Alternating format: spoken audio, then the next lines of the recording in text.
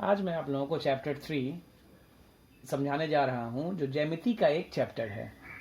क्या है चैप्टर? वृत्त संबंधित प्रमेय। इस वर्ष आपको जितने भी प्रमेय पढ़ना है, थ्योरम पढ़ना है, वे मैक्सिमम वृत्त पर ही आधारित हैं। तो वृत्त क्या है, इसकी जानकारी आप लोगों को डिटेल्स चाहिए। क्लास 9 में ये पढ़ना चाहिए था। कुछ ऐसी परिस्थिति आ गई कि आप लोग ठीक से पढ़ाई नहीं कर पाए थे। तो चलिए वृत्त के बारे में थोड़ी जानकारी देते हैं, फिर थ्योरम को समझाने की कोशिश करते हैं। वृत्त क्या है? वृत्त है कोई एक बिंदु लेंगे और इस बिंदु से समान दूरी पर जितने बिंदु होगा उसको मिलाने वाली जो सरल रेखा, जो चित्र दिखाई दे रहा है हम लोगों को, एक निश्चित बिंदु से समान दूरी पर जितने भी बिंदु होंगे वे किस चित्र का निर्माण करेंगे? वो एक ज्यामितीय आकृति का रूप लेगा जिसको वृत्त कहा जाएगा। और जो बिंदु, इसको कहेंगे, पूरे चित्र को कहेंगे वृत्त। और ये जो लाइन आपको नजर आ रहा है इसकी लंबाई को कहेंगे वृत्त की परिधि। तो ये वृत्त हो गया और ये हो गया वृत्त की परिधि। ये जो भी लंबाई है, जो लाइन नजर आ रहा है, इसको कहेंगे वृत्त की परिधि और पूरे चित्र को कहेंगे वृत्त। और जो जिस बिंदु से परिधि पर स्थित किसी भी बिंदु की दूरी समान होती है उस बिंदु को कहा जाता है, ये जो बिंदु है इसको कहा जाएगा केंद्र। जिस बिंदु को निश्चित मान करके, फिक्स मान करके जो ड्राइंग बनाया जाता है उसको केंद्र कहा जाता है, जिसकी दूरी परिधि पर स्थित किसी भी बिंदु से समान होती है। तो केंद्र से परिधि पर स्थित किसी भी बिंदु की जो दूरी होता है, तो यहां लें, इधर जिधर भी लें, इस दूरी को कहा जाता है अर्धव्यास। इस दूरी को क्या कहा जाएगा? अर्धव्यास। परिधि पर स्थित किसी भी बिंदु से केंद्र को मिलाने वाली जो सरल रेखा होगा उसको कहा जाएगा अर्धव्यास। एक वृत्त में अनगिनत अर्धव्यास हो सकता है, सभी का मान समान होता है। और अर्धव्यास को अगर डबल कर दिया जाए, यानी पूरा लाइन खींचा जाए केंद्र से गुजरता हुआ, तो इसको कहेंगे व्यास। जाहिर से देखने में ही पता चल रहा है कि व्यास अर्धव्यास का 2 गुना होता है। अगर अर्धव्यास 5 सेंटीमीटर हो तो उसका व्यास 10 सेंटीमीटर होगा। अगर व्यास 16 सेंटीमीटर हो तो उसका अर्धव्यास 8 सेंटीमीटर होगा। तो चलिए, और कुछ टर्म है जो वृत्त के बारे में, जितने भी टर्म हैं वे आप लोगों को समझा देते हैं और फिर थ्योरम को समझाने की कोशिश करते हैं, क्योंकि ये टर्म सब आप नहीं जानोगे तो थ्योरम समझ पाना मुश्किल होगा। एक नया टर्म आ रहा है जो थ्योरम में भी है, एक है जीवा। ये जीवा क्या है? एक ऐसा सरल रेखा जो वृत्त को 2 बिंदु पर काटे। कोई भी सरल रेखा जो वृत्त को 2 बिंदु पर काटे उस सरल रेखा कहेंगे जीवा। तो हम देख रहे हैं ये भी एक जीवा है, ये भी एक जीवा है, और ये जो वृत्त, ये जो व्यास हम लोग खींचे थे, व्यास भी एक जीवा है। तो हम कहते हैं वृत्त में सबसे बड़ा जो जीवा होता है वो व्यास होता है। वृत्त में खींचे गए जितने भी जीवा खींचे जा सकते हैं, असंख्य जीवा खींचे जा सकते हैं, उनमें सबसे बड़ा कौन होगा? व्यास होगा। व्यास भी एक जीवा है। जीवा क्या हो गया? वृत्त को 2 बिंदु पर जो सरल रेखा काटती हो उसे जीवा कहेंगे। अब एक आ गया चाप। ये चाप क्या है? वृत्त का ही भाग है। मान लीजिए यहां पर ये वृत्त है। अब यहां से लेकर के, ए से लेकर के हम ले लिए बी, ए से लेकर के बी, ये जो नीचे वाला पोर्शन है, तो चूंकि ये छोटा है और ये भी चाप है, ऊपर वाला भी चाप है, तो जो छोटा रहेगा उसको कहेंगे लघु चाप, और जो चाप बड़ा होगा उसको कहेंगे दीर्घ चाप। लघु चाप और दीर्घ चाप। इसके बाद और कुछ टर्म आएंगे वृत्त में।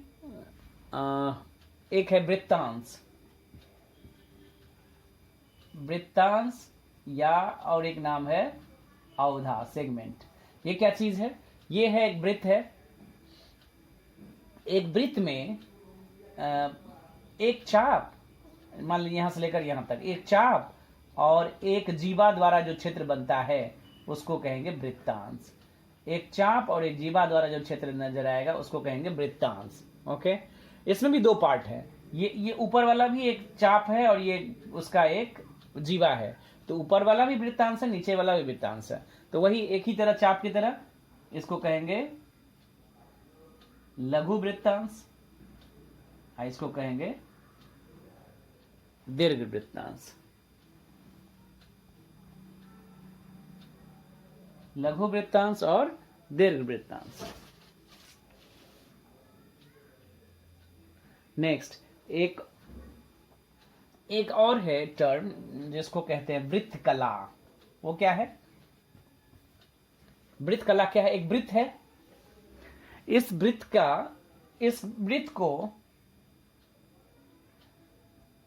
का कोई भी भाग अगर उठा लें, माने 2 अर्धव्यास और एक चाप द्वारा जो बनता है, 2 अर्धव्यास लेना इसमें जरूरी है, 2 अर्धव्यास और उससे मिलता हुआ जो चाप, दोनों अर्धव्यास के दोनों छोरों को मिलाने वाला चाप, इससे जो बनने वाला क्षेत्र है इसको कहते हैं वृत्त कला। ओके, इसमें भी 2 पार्ट दिखाई दे रहा है, लघु और दीर्घ। ये बड़ा है, ये पार्ट छोटा है, और ये भी एक चाप है और 2 अर्धव्यास है, तो ये पार्ट भी वृत्त कला ही हो गया। तो लघु वृत्त कला, दीर्घ वृत्त कला, मेजर और माइनर सेगमेंट कहा जाता है इसे। तो चलिए, इतनी टर्म है। अगर 2 वृत्त इस तरह वृत्त है, 2 वृत्त का केंद्र एक ही है, तो इसको कहेंगे समकेंद्रिक वृत्त। ये आगे इसकी चर्चा करेंगे।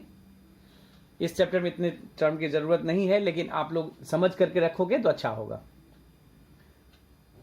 तो इस तरह समझाने कि वृत्त क्या है, वृत्त की परिधि क्या है, केंद्र क्या है, अर्धव्यास क्या है, व्यास क्या है, जीवा किसे कहते हैं, चाप क्या है, चाप 2 प्रकार होगा, लघु और दीर्घ चाप, वो क्या है, वृत्तांश क्या है, वृत्त कला क्या है, और समकेंद्रिक वृत्त किसे कहेंगे, जिन वृत्तों का एक ही केंद्र हो, जिन सब वृत्तों का एक ही केंद्र हो उसे समकेंद्रिक वृत्त कहेंगे।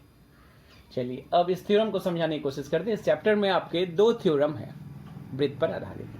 तो उसमें पहला थ्योरम लिखे हुए हैं, वृत्त के केंद्र से। अब आप चूंकि ये टर्म समझ लिए हो, तो अब ये थ्योरम समझने में आपको आसानी होगी।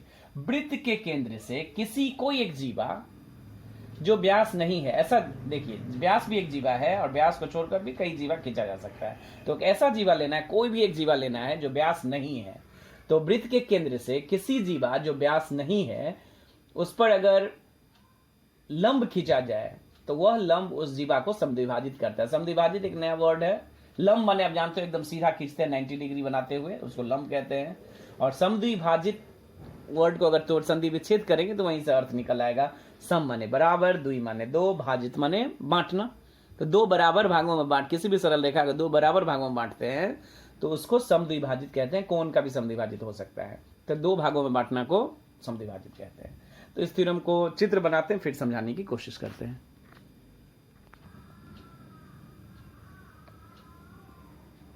चलिए, चित्र बनाए हैं, एक वृत्त बनाया गया है। कहा गया है इस वृत्त के केंद्र से, जिसमें केंद्र O है, इस केंद्र से एक ऐसा जीवा लेना है जो व्यास नहीं है। तो हमने ए भी एक जीवा ले लिया जो व्यास नहीं है, क्योंकि O से नहीं गुजर रहा है।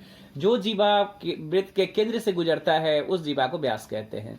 तो ए भी एक जीवा ले लिया जो व्यास नहीं है। इस केंद्र से इस जीवा पर अगर लंब खींचा जाए, लंब मीन्स 90 डिग्री कोण बनाते हुए अगर खींचा जाए, तो ये जो OD सरल रेखा जो लंब खींचा गया वह AB को समद्विभाजित करेगा, मीन्स D जो होगा वो AB का मध्य बिंदु हो जाएगा। यानी समद्विभाजित प्रमाण करने के लिए क्या होता है, D को AB का मध्य बिंदु प्रमाणित करना होगा, और D AB का मध्य बिंदु प्रमाणित होने के लिए क्या कर देंगे तो हो जाएगा, अगर इसके दोनों साइड AD और BD अगर बराबर दिखा दिए तो इसका अर्थ हो जाएगा D मध्य बिंदु है, इसका अर्थ OD समद्विभाजित कर रहा है। तो जो इंफॉर्मेशन स्टेटमेंट में दिया गया था कल्पना में लिखे हैं। आप जानते हो एक थ्योरम को प्रमाण करने के लिए 4 स्टेप होता है। एक जो दिया गया है कल्पना के रूप में लिखते हैं, या माना, जो भी लिख सकते हो आप। और सेकेंड पार्ट होता है सिद्ध करना है, क्या आपको प्रूफ करना है।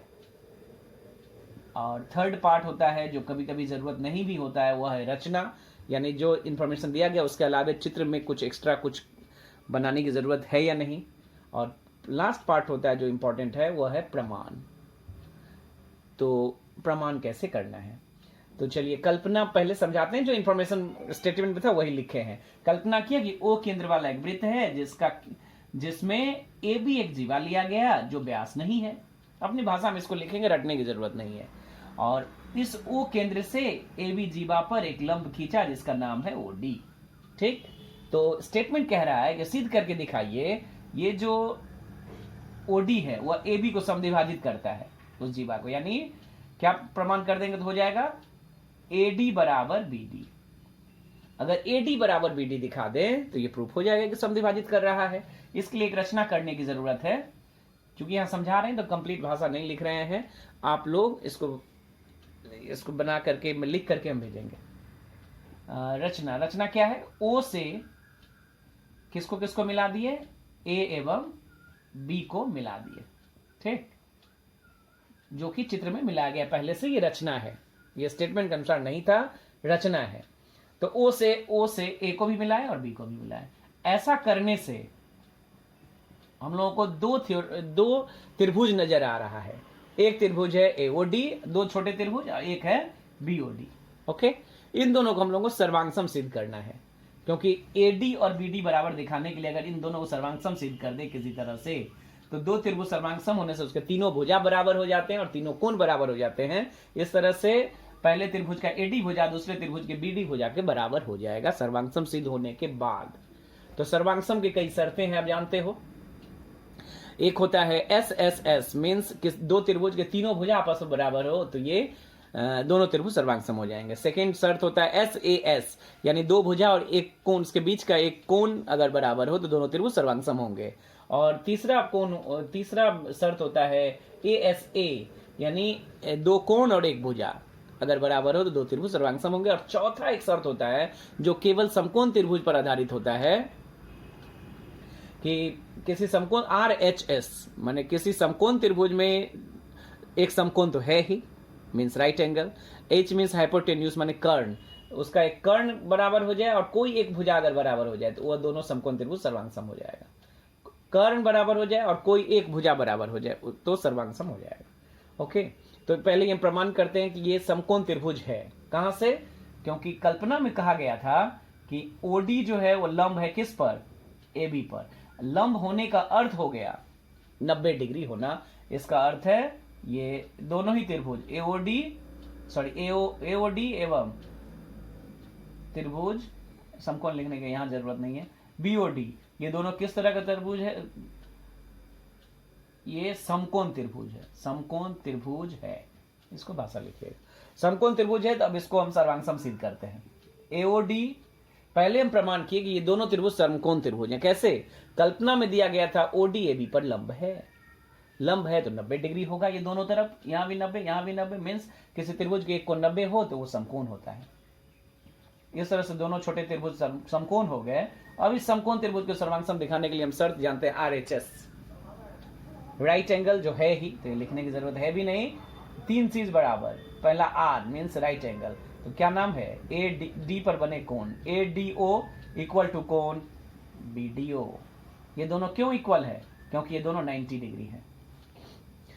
अच्छा, इसके बाद एक भुजा इक्वल है, बताइए तो कौन सा, OA भुजा OB के बराबर है। क्यों है, क्योंकि ये दोनों ही अर्धव्यास हैं एक ही वृत्त के। और OD भुजा ये दोनों ही त्रिभुज की भुजा है, इसीलिए इसको लिखेंगे OD उभयनिष्ठ है, वो भी उभयनिष्ठ है। तीन चीज हो गया। OA जो है दोनों त्रिभुज, OA इस त्रिभुज का कर्ण है, क्योंकि 90 डिग्री विपरीत भुजा को कर्ण कहते हैं। OA कर्ण है और OB कर्ण है। तो इस तरह से ये दोनों त्रिभुज क्या हो गए, AOD सर्वांगसम त्रिभुज BOD। ये किस शर्त से हुआ, RHS, ये राइट एंगल ट्रायंगल लिखिएगा यहाँ पर, RHS शर्त से सर्वांगसम अगर हो गया तो इसके तीनों भुजा बराबर होंगे। इसलिए एक भुजा इसका AD बराबर इसके BD भुजा के बराबर है। इसका अर्थ हो गया DAB का मध्य बिंदु है, यानी OD AB को समद्विभाजित कर रहा है। कोई भी दो त्रिभुज सर्वांगसम होने से उसके सभी भुजा सभी कोण बराबर हो जाते हैं, जिसकी जरूरत है हमने ले लिया। इस तरह से ये थ्योरम है, बहुत ही आसान है।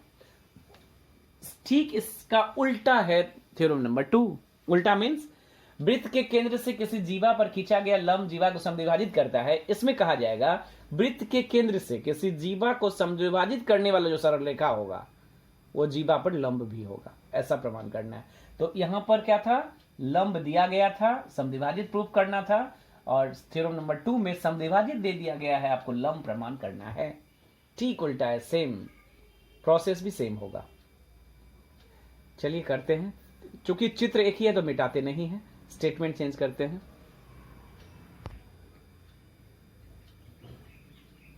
देखिए थ्योरम नंबर 2 का स्टेटमेंट है, वृत्त के केंद्र से किसी जीवा जो व्यास नहीं है के मध्य बिंदु को मिलाने वाली सरल रेखा उस जीवा पर लंब होती है। तो लंब प्रमाण करना है, मध्य बिंदु में समद्विभाजित कर रहा है।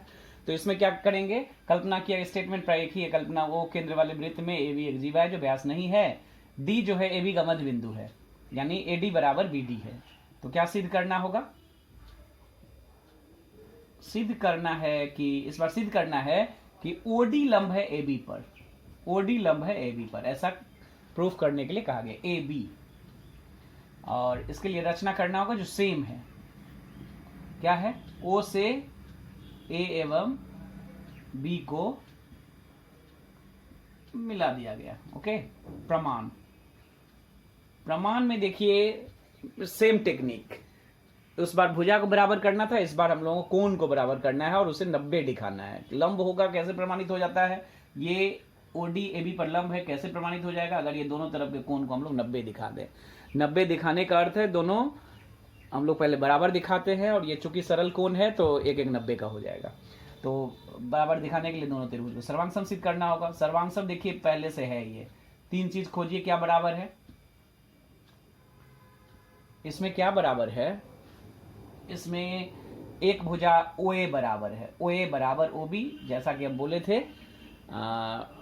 ये समकोण त्रिभुज नहीं, नॉर्मल त्रिभुज है, तो OA बराबर OB है, क्योंकि ये कारण लिखिएगा यहाँ पर अर्धव्यास है।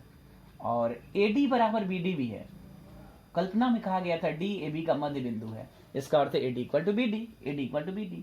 और OD क्या है, वेनिस्ट है, OB उन्हेनिस्ट है। तो ये तीनों भुजा के द्वारा ये दोनों त्रिभुज क्या हो गया, AOB नहीं AOD सर्वांगसम त्रिभुज BOD, ये दोनों सर्वांगसम हो गया। इसका अर्थ हो गया इसके दोनों कोण इक्वल हो जाएंगे। कौन कौन कोण होंगे, D पर बने दोनों तरफ का कोण, यानी ADO इक्वल टू कोण BDO। अभी हम कह पाएंगे ये दोनों इक्वल है, आगे नहीं कह पा रहे। अब देखिए क्लास 8 में एक थ्योरम हुआ करता था कि किसी सरल रेखा पर कोई एक सरल रेखा है, इस पर एक दूसरी सरल रेखा खड़ी है, तो इसके दोनों तरफ के जो आसन्न कोण बनेंगे, संलग्न कोण बनेंगे, उसका योगफल 180 के बराबर होता है, यानी वो सरल कोण होता है दोनों मिलाकर, यानी इन दोनों कोणों का योगफल 180 के बराबर होता है। यहां भी देखो एक उसी थ्योरम को अप्लाई करते हैं कि OD सरल रेखा AB पर खड़ी है, खड़ी होने से क्या होगा, ये जो दोनों कोण हैं ADO और BDO, इसका योगफल कितना होगा, 2 समकोण के बराबर, यानी 180 डिग्री के बराबर। ऐसा क्लास 8 का एक थ्योरम कह रहा है। क्या कह रहा है कि कोई एक सरल रेखा किसी दूसरी सरल रेखा पर अगर खड़ी हो तो इसके दोनों तरफ के जो संलग्न कोण होंगे उसका योगफल 180 के बराबर होगा। तो OD सरल रेखा AB पर खड़ी है, इसके दोनों तरफ के जो संलग्न कोण है उसका योगफल 180।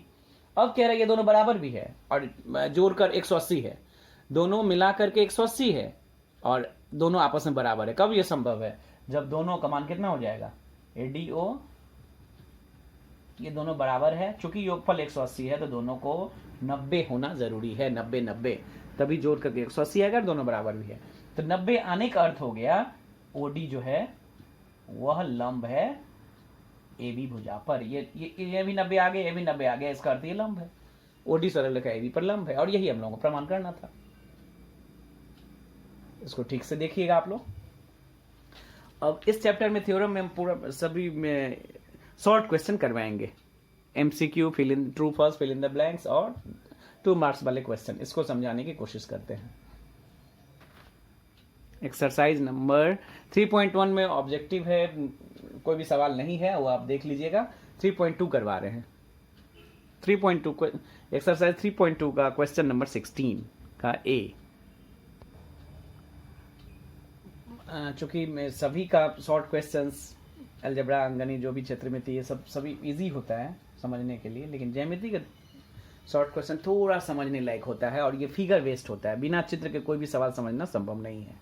तो प्रत्येक सवाल को हम चित्र बना करके समझाते हैं, पढ़ते हैं सवाल को। अपने बुक रखिए आप लोग ये समझने के लिए, किताब अपने पास रखिएगा तभी समझ में आएगा। तो 16 का ए का 1 ये एमसीक्यू है, लेकिन बिना बनाए आप तो ABCD जो भी ऑप्शन रहेगा आप तो नहीं जान सकते हो, तो बनाने की जरूरत है।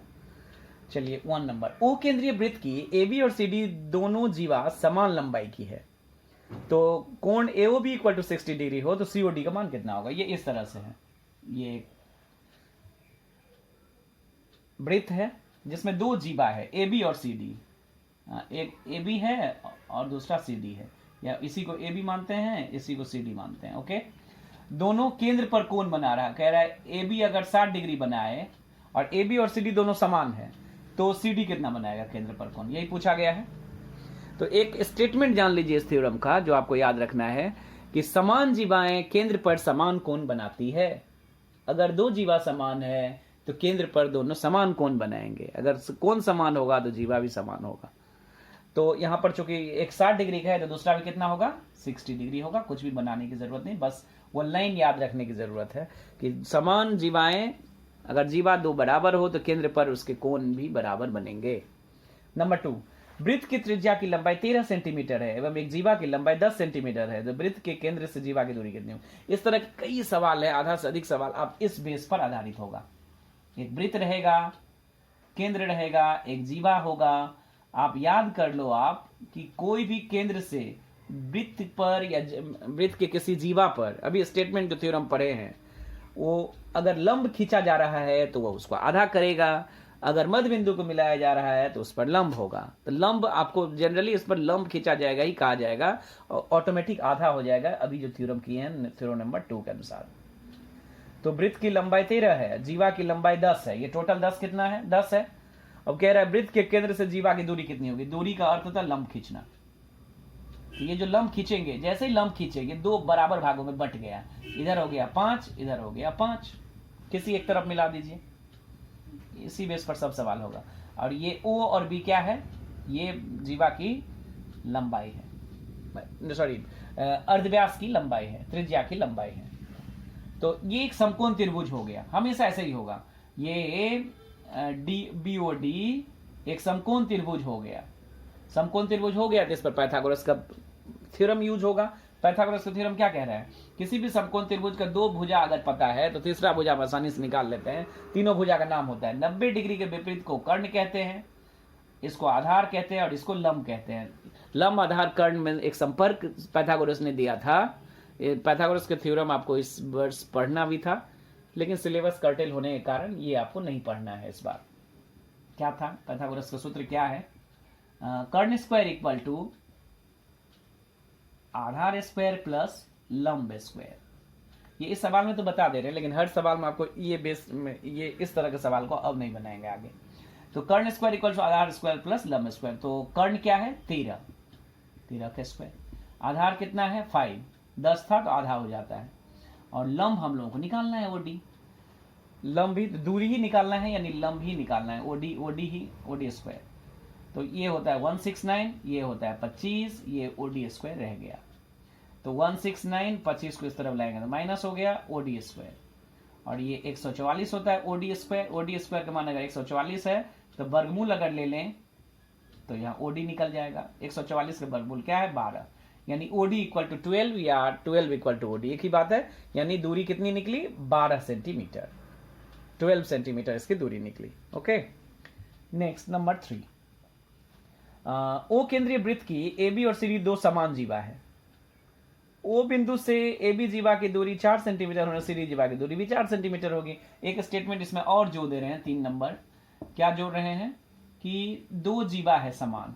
ओके, तो अभी हमने बताया कि दोनों समान जीवा, अगर दो जीवा समान हो तो उसके द्वारा बनाए गए केंद्र पर कोण भी समान होगा। अब कह रहे हैं कि दो जीवा अगर समान हो तो उसकी दूरी केंद्र से यहां जितनी होगी यहां भी वही होगी। तो दो समान जीवाओं की केंद्र से दूरी भी समान होती है। तो एक जीवा की दूरी अगर 4 सेंटीमीटर है, दूसरी जीवा की दूरी भी 4 सेंटीमीटर। ये अगर दोनों जीवा समान हुआ तो, समान नहीं हुआ तो कहना संभव नहीं है कितनी दूरी होगी। चलिए, तो दो समान जीवाओं की दूरी केंद्र से बराबर होती है, केंद्र पर बराबर कोण भी बनाते हैं समान जीवा। नेक्स्ट क्वेश्चन नंबर 4 में आते हैं। AB और CD दो समानांतर जीवाओं में से प्रत्येक की लंबाई 16 सेंटीमीटर, तो वृत्त की त्रिज्या की लंबाई 10 हो तो जीवाओं के बीच की दूरी कितनी है।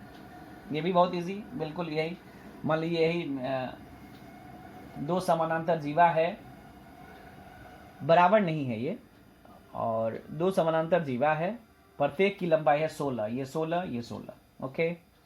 वृत्त की त्रिज्या 10 है, तो बीच की दूरी कितनी है, तो ये और ये, चूंकि ये दोनों 16 है, मुझे बताइए तो क्या दोनों निकालने की जरूरत है या दोनों समान है? अभी बताया था 3 नंबर में कि दोनों समान है केंद्र से, यानी एक का निकाल लेंगे दूसरा निकल जाएगा। चलिए, ये केंद्र O से इस जीवा पर खींचा गया लंब है, तो ये 16 है, तो इधर का कितना होगा, 8 होगा, और ये अर्धव्यास है जो 10 दिया गया है, तो कर्ण आधार दिया गया, लंब निकालने बिल्कुल इसी तरीके से जो निकालेंगे तो एक का लंब निकलेगा, उसको डबल कर देंगे।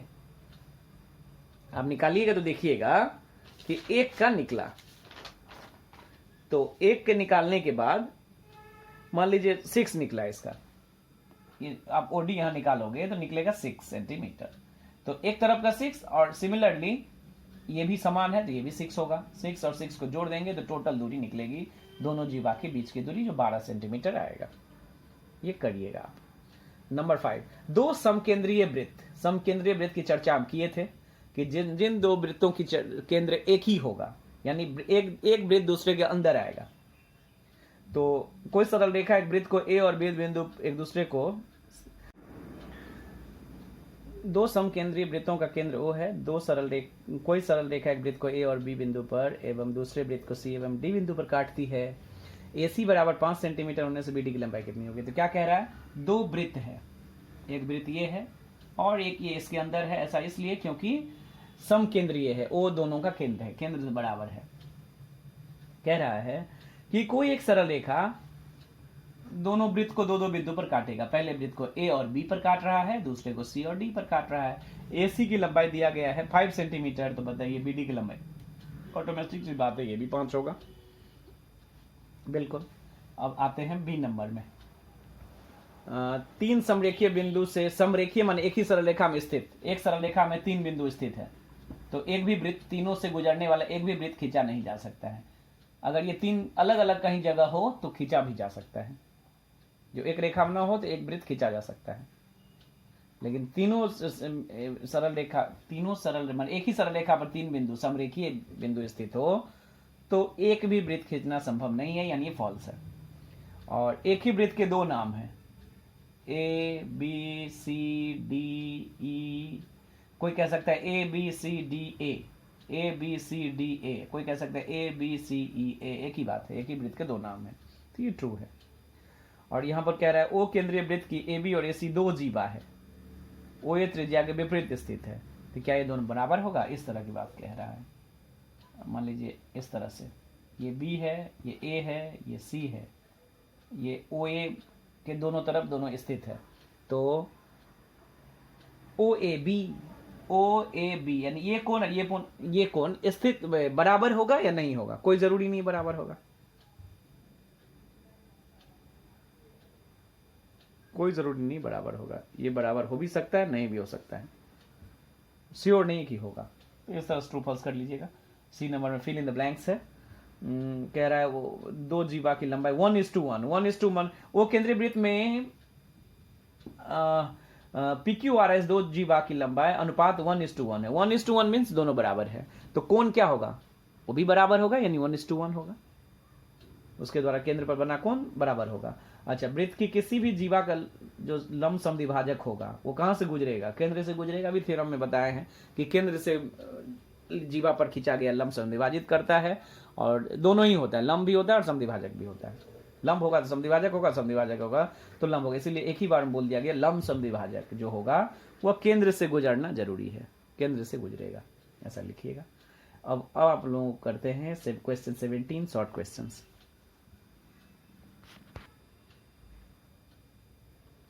17 का 1, 10 सेंटीमीटर त्रिज्या के दो समान वृत्त यदि एक दूसरे को काटे एवं उनकी उभयनिष्ठ जीवा की लंबाई 12 सेंटीमीटर है, तो दोनों वृत्तों के केंद्र के बीच की दूरी कितनी होगी? यानी कहने का अर्थ है ये वृत्त एक है, ये दूसरा वृत्त है, कम अधिक लग रहा है लेकिन आप मानो समान वृत्त है दोनों, तो दोनों के केंद्र ये है, और दोनों वृत्त एक दूसरे को किस किस बिंदु पर कट कर रही है? कहीं भी दो बिंदु पर काटेगा, और दोनों का केंद्र है, एक का ए दूसरे का बी। यही पूछा है, ए बी की लंबाई, दोनों केंद्रों की बीच की दूरी कितनी है, यानी ए बी की लंबाई पूछा गया है। हम एक रचना करते हुए उभय नहीं, उसमें दिया गया है उनकी उभयनिष्ठ जीवा की लंबाई। उभयनिष्ठ जीवा मीन्स एक ऐसा जीवा जो दोनों वृत्त की हो एक साथ। तो इस कटान बिंदु को अगर मिला दें तो ये जीवा पहले वृत्त की भी जीवा है, दूसरे वृत्त की भी जीवा है। इसका नाम कुछ दे दीजिए, पी क्यू। ये दोनों वृत्त की जीवा है। ओके, ये कट कर रहा है किस बिंदु पर, मान लेते हैं सी बिंदु पर कट कर रहा है। तो पहले वृत्त को अगर और क्या इंफॉर्मेशन दिया गया है, और एक इंफॉर्मेशन है उभयनिष्ठ जीवा 12 है, पीक्यू का मान है 12। ओके, और अर्धव्यास है 10, प्रत्येक की अर्धव्यास है 10 सेंटीमीटर, त्रिज्या है, त्रिज्या मीन्स अर्धव्यास। तो यहां पर देखिए थ्योरम यूज करते हैं पहले वृत्त पर। ये केंद्र से गुजरने वाला जो सरल रेखा है वो जीवा को समद्विभाजित करेगा। तो ये अगर 12 है तो 6 इस तरफ 6 इस तरफ। उसी तरह दूसरे त्रिभुज में वही केंद्र से गुजरने वाला अर्धव्यास सरल रेखा जीवा को समद्विभाजित करता है, लंब भी होता है समद्विभाजित भी करता है। तो इस तरह से ये एक थ्योरम बनेगा, सॉरी त्रिभुज बनेगा जो राइट एंगल ट्रायंगल। ये 6 है और ये अभी जो खींचे हैं ये अर्धव्यास है 10। तो आधार निकालना है पाइथागोरस से, तो पाइथागोरस से निकालिएगा, आप सॉल्व करिएगा। कट स्क्वायर इक्वल टू आधार स्क्वायर प्लस लंब स्क्वायर इस त्रिभुज में, तो देखिएगा AC निकलेगा 8 सेंटीमीटर। ये आप करिएगा, 8 सेंटीमीटर निकलेगा। और चूंकि दोनों वृत्त बराबर है तो ये AC अगर 8 है तो इस तरफ का भी 8 ही होगा, और दोनों को जोड़ने पर आ जाएगा 16 सेंटीमीटर। AB बराबर 16 सेंटीमीटर AC, और ये क्या निकलेगा BC, ये भी 8 होगा। जोड़ देंगे तो 16 सेंटीमीटर, यही आंसर होगा। Next number 2। नंबर 2 जो सवाल है ये थोड़ा लेंदी सवाल है, इसको आप लोग इसको हम बनाकर भेजेंगे, समझने की कोशिश करिएगा। देखिए हम एक बार हिंट्स दे रहे हैं। 5 सेंटीमीटर त्रिज्या वाले एक वृत्त की AB और AC दो समान जीवा है। अभी जिसकी चर्चा किए थे कुछ देर पहले कि AB और AC समान जीवा है, नहीं इस तरह से नहीं होगा। पहले क्वेश्चन को पढ़ते हैं। 5 सेंटीमीटर त्रिज्या वाले एक वृत्त की AB और AC दो समान जीवाएं हैं। वृत्त केंद्र ABC त्रिभुज के बाहर स्थित है। तो AB बराबर AC इक्वल टू 6 सेंटीमीटर होने से BC जीवा की लंबाई कितनी होगी। पहले तो वृत्त बनाते हैं, दो जीवा है जो समान है और इसका नाम है ABAC। ये दोनों समान है, इसका मान है 6, इसका भी मान है 6। और कह दिया ये एक त्रिभुज बन रहा है ABC, इसको मिला देंगे तो ABC त्रिभुज बन गया। कह रहा है वृत्त का केंद्र ABC त्रिभुज के बाहर है, अंदर नहीं है इस त्रिभुज के। तो बताइए BC जीवा का मान कितना होगा। दो भुजा हम लोगों को पता है, तीसरा नहीं पता। उसके लिए क्या करते हैं, A को केंद्र से मिला देते हैं, तो चूंकि ये लंब हो जाएगा। BC जीवा है, ये केंद्र से खींचा गया अर्धव्यास है, क्या नाम देंगे, ABCD देते हैं। तो ये इस पर लंब होगा, चूंकि ये इस पर लंब होगा तो ये भी लंब होगा इस पर, एक ही सरल रेखा है। तो और एक रचना करते हैं, OB और OC को मिला दे रहे हैं, ठीक। तो OA एक अर्धव्यास है जिसकी लंबाई है 5 सेंटीमीटर दिया गया है। तो हम यहाँ पर दो त्रिभुज है, दोनों राइट एंगल ट्रायंगल, चूंकि ये लंब है इसलिए। तो ये एक त्रिभुज लेते हैं जिसका नाम है ABD, त्रिभुज ABD, और एक त्रिभुज लेते हैं जिसको छोटा वाला का नाम है BOD। इन दोनों त्रिभुज में इस दोनों त्रिभुज में इसको अगर x मान लें तो ये हो जाएगा 5 - x, क्योंकि टोटल 5 है और ये 6 है, और ये तो अर्धव्यास हम जानते हैं 5 होगा। OB अर्धव्यास है, OB OC OA तीनों अर्धव्यास है। तो एक समकोण त्रिभुज, इसमें ये x जानते हैं, x BD का मान निकालेंगे और इस छोटे त्रिभुज से भी BD का मान निकालेंगे, दोनों को इक्वल कर देंगे, x का मान निकल जाएगा।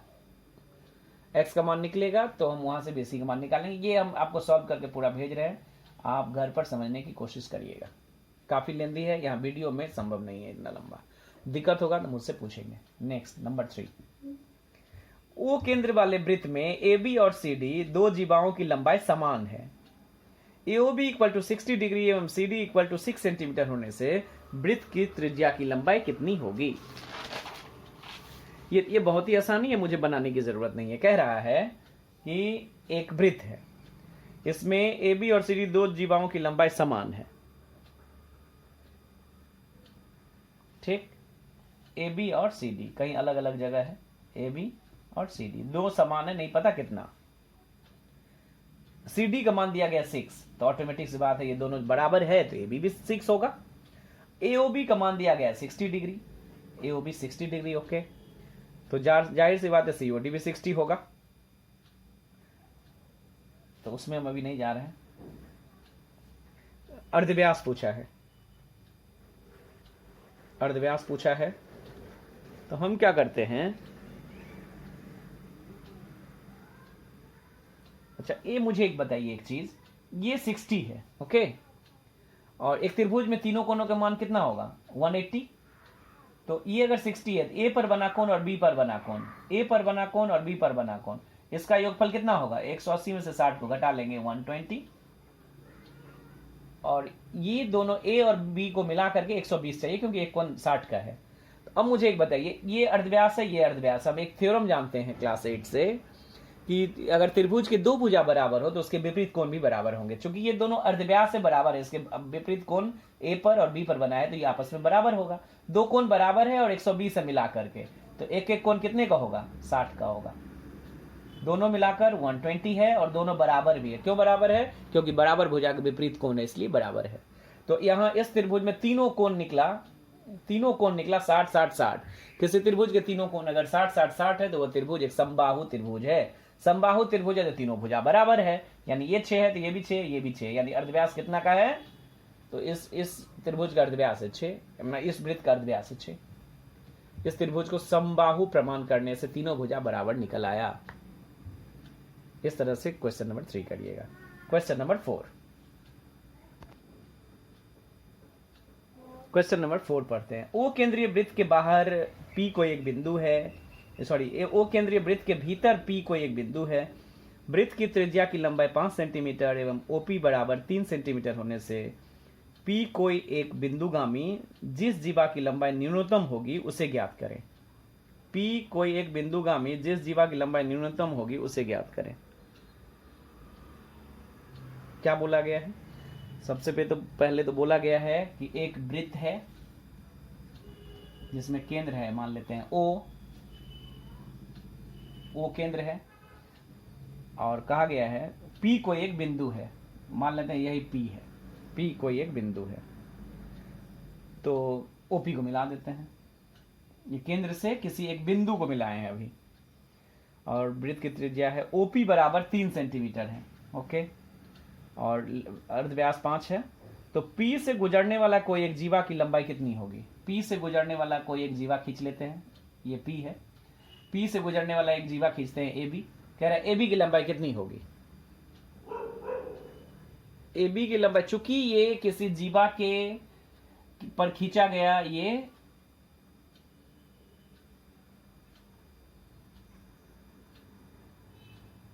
अच्छा, चूंकि न्यूनतम लंबाई पूछा है तो जाहिर सी बात है